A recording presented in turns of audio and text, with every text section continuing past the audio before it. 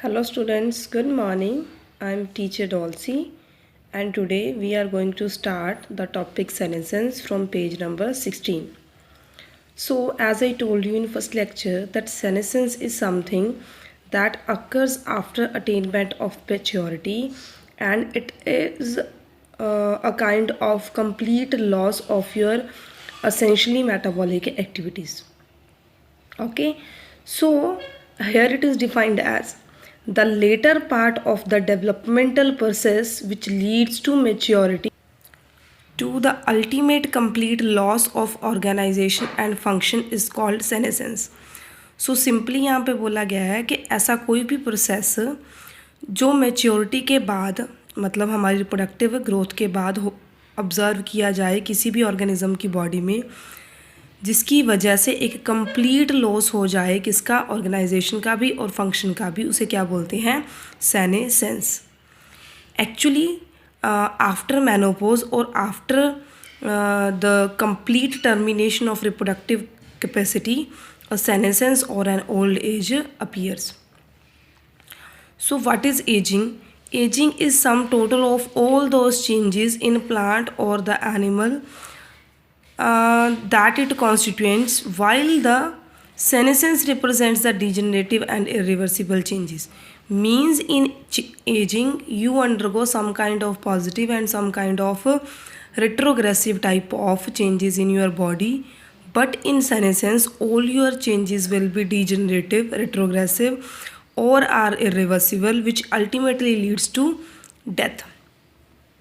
Okay, so aging is a kind of age which start even at the time of reproductive period, but senescence it necessarily it starts at the completion of the reproductive age. Certain theories which represents the characteristic feature of senescence are, first one is loss of metabolism.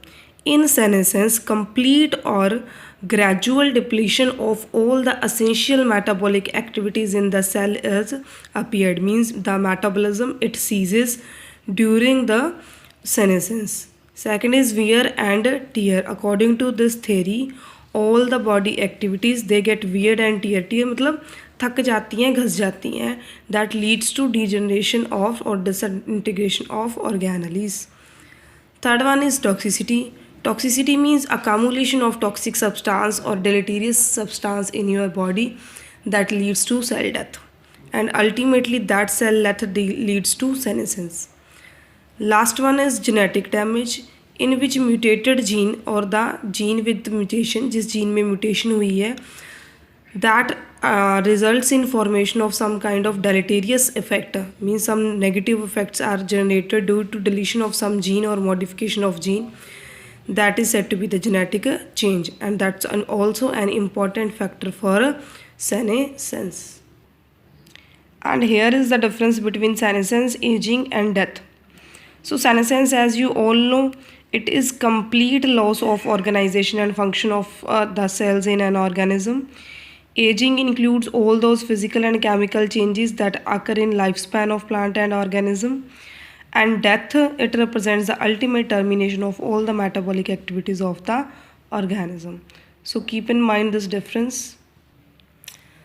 Certain topics like pollination, fertilization and gamete formation and then fertilization followed by blastogenesis. As you know, to ensure the development of organism during sexual reproduction the most important part is first पहले gametes का बनना, फिर उन gamete का transfer होना from male part to female part, that is pollination, then fusion of those gametes that is said to be the fertilization.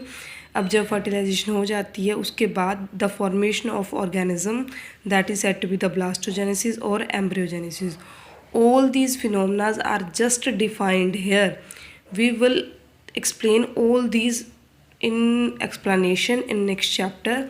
So for this chapter we are going to start the last topic, the topic pollination, the formation of gamete, whether spermatogenesis, oogenesis, microsporogenesis, macrosporogenesis, fertilization, syngamy and the embryogenesis. all these topic we will study in the next two chapters, so no need to read it here. Okay, so the topic for today is parthenogenesis. First of all, we have two topics. First is parthenocarpy, second one is parthenogenesis. These are the two terms which represents the virgin birth, means they represents the formation of seed and fruit without fertilization. In parthenogenesis, a complete organism is formed without fertilization. And in parthenocarpy, a seedless fruit is formed without fertilization. So here parthenogenesis is defined as virgin birth as it is the development of unfertilized ovum into a fully diploid haploid organism.